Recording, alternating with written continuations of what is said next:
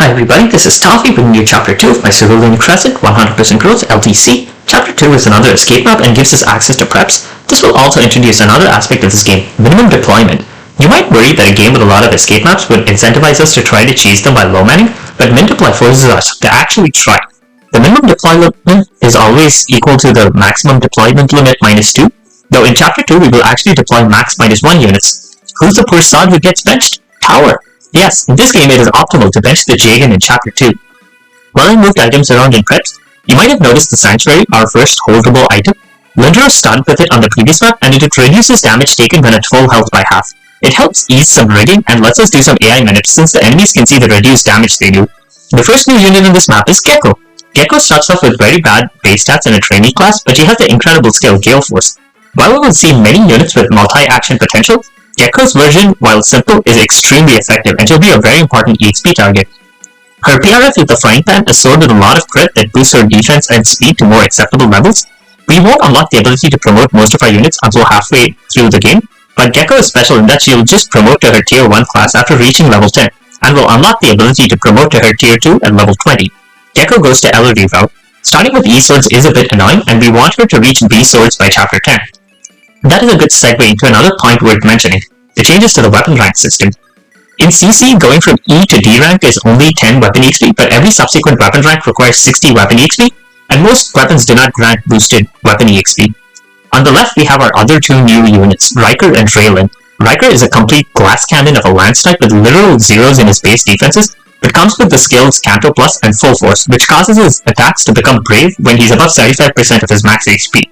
As you'll see later, lances are the best physical weapon type, and Reiker will be an important unit all the way until the route split, at which point he surprisingly becomes mostly irrelevant.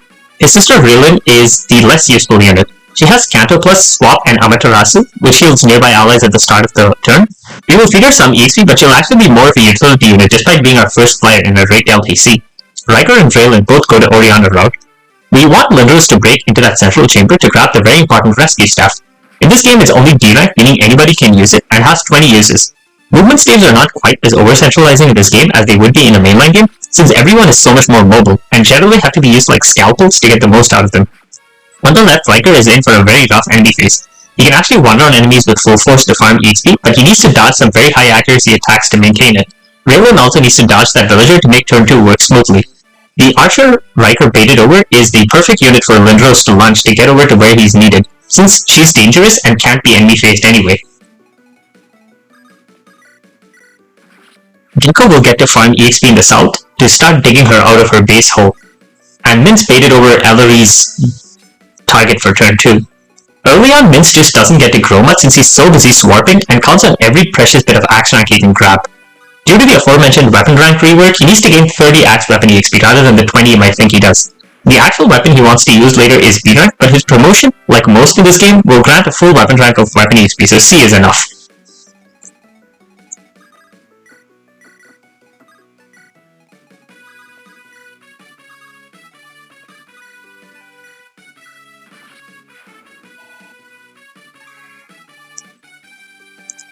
Lindros was needed on the left to give Reiker a shove into the forest to let him make it to where he wants to go. That conveniently placed leyline lets Reiker heal himself back up to full and get a very important attack boost for punching through this armor.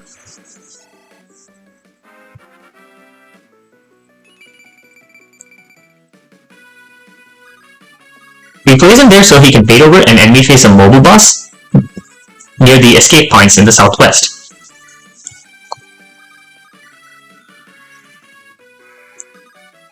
This is one of the occasions where Ellery gets to squeeze in a heal for EXP, and Oriana shoves her forward so she can make it to a critical square next turn.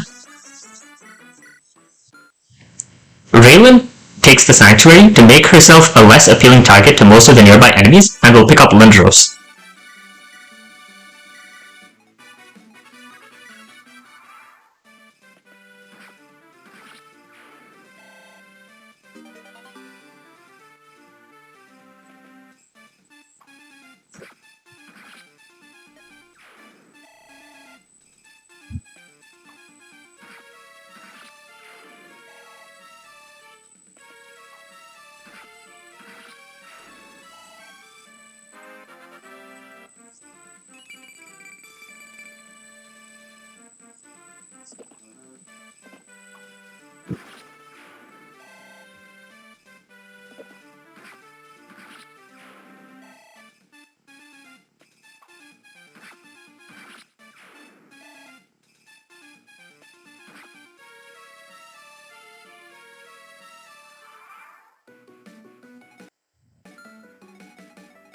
Turn 3 is when we want to close things out.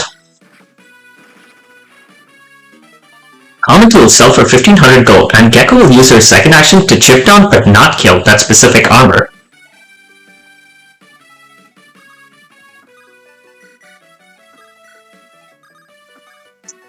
We once again are forced to perform a two-way dance with Ellery, and so need to pack units together. Thankfully, we have Thracia take-give, so Pomelo can hand Gecko to Ellery while picking up Mints. The Hearty Stew is a +1 strength booster. We will go out of our way to grab as many stat boosters as we can in this LTC, and hoard them until the final map, because strategy. With a forced march over there, we will have everybody get out to complete Chapter 2 in 3 turns.